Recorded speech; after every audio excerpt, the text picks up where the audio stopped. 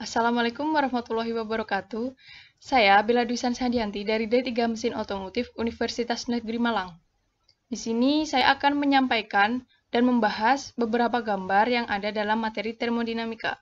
Langsung saja. Gambar ini adalah gambar kogenerasi. Kogenerasi apa?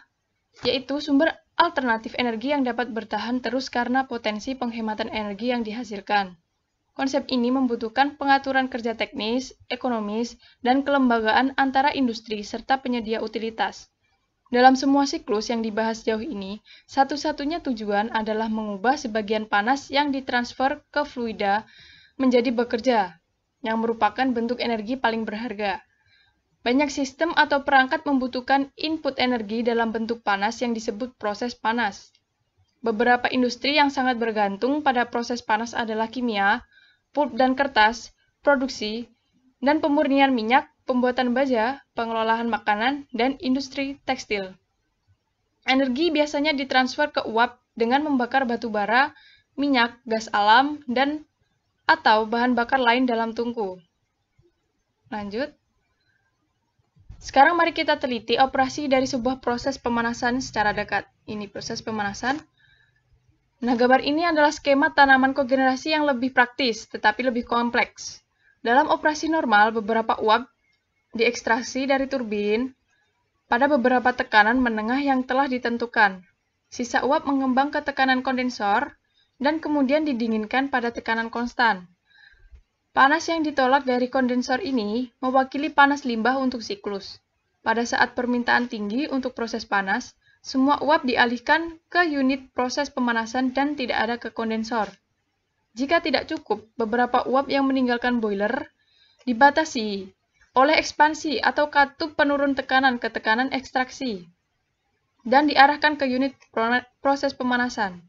Proses pemanasan maksimum diwujudkan ketika semua uap yang meninggalkan boiler melewati katup ekspansi. Ketika tidak ada permintaan untuk panas proses, semua uap melewati turbin dan kondensor, dan pabrik kogenerasi beroperasi sebagai pembangkit listrik tenaga uap biasa. Dalam kondisi optimal, pabrik kogenerasi mensimulasikan semua uap mengembang dalam turbin ke tekanan ekstraksi dan berlanjut ke unit proses pemanasan. Tidak ada uap yang melewati katup ekspansi atau kondensor. Dengan demikian, tidak ada limbah panas yang ditolak. Kondisi ini mungkin sulit untuk dicapai dalam proses praktek karena variasi konstan dalam proses panas dan beban daya. Tetapi instalasi harus dirancang sedemikian rupa sehingga kondisi operasi optimal diperkirakan hampir sepanjang waktu. Penggunaan kogenerasi dimulai untuk menyediakan pemanasan distrik yaitu ruang, air panas, dan proses pemanasan untuk perumahan dan komersial. Sistem pemanas distrik kehilangan popularitasnya pada tahun 1940-an karena harga bahan bakar yang rendah. Namun, kenaikan harga bahan bakar yang cepat pada tahun 1970 membawa minat baru kepada pemanasan listrik. Kogenerasi yang telah terbukti sangat menarik secara ekonomi. Akibatnya, semakin banyak pabrik yang dipasang dalam beberapa tahun ini. Nah, gambar selanjutnya kita akan membahas siklus pendingin kompresi vapor ideal. Ini gambar yang selanjutnya, siklus pendingin kompresi uap yang sebenarnya berbeda dari yang ideal dalam beberapa cara, sebagian besar disebabkan oleh inversibilitas yang terjadi pada berbagai komponen. Dua sumber dari inversibilitas adalah gesekan cairan yang menyebabkan penurunan tekanan dan perbedaan panas dari lingkungan atau ke lingkungan. Nah, gambar ini adalah siklus pendingin kompresi uap aktual.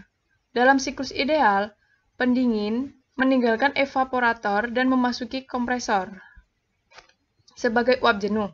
Namun dalam praktiknya tidak mungkin mengontrol keadaan zat pendingin dengan tepat. Sebagai gantinya, lebih mudah untuk merancang sistem sehingga pendingin sedikit panas di inlet kompresor. Garis yang menghubungkan evaporator ke kompresor biasanya sangat panjang. Dengan demikian, penurunan tekanan yang disebabkan oleh gesekan fluida dan perpindahan panas dari lingkungan ke pendingin bisa sangat signifikan.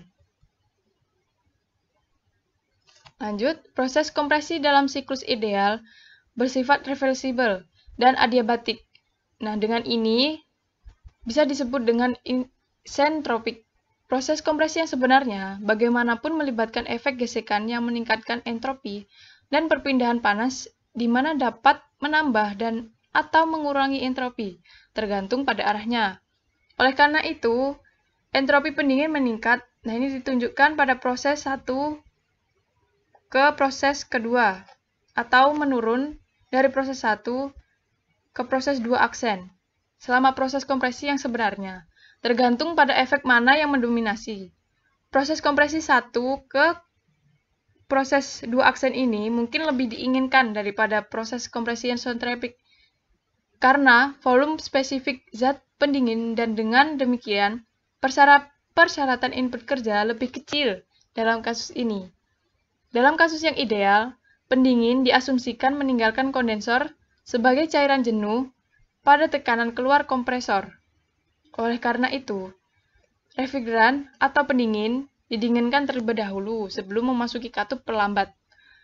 Kami sama sekali tidak keberatan dengan hal ini karena pendingin dalam hal ini memasuki evaporator dengan entalpi yang lebih rendah dan dengan demikian dapat menyerap lebih banyak panas dari ruang pendingin. Nah, itu tadi penjelasan beberapa gambar yang ada dalam materi termodinamika. Jika ada kurangnya, saya mohon maaf dan mohon dikoreksi. Wassalamualaikum warahmatullahi wabarakatuh.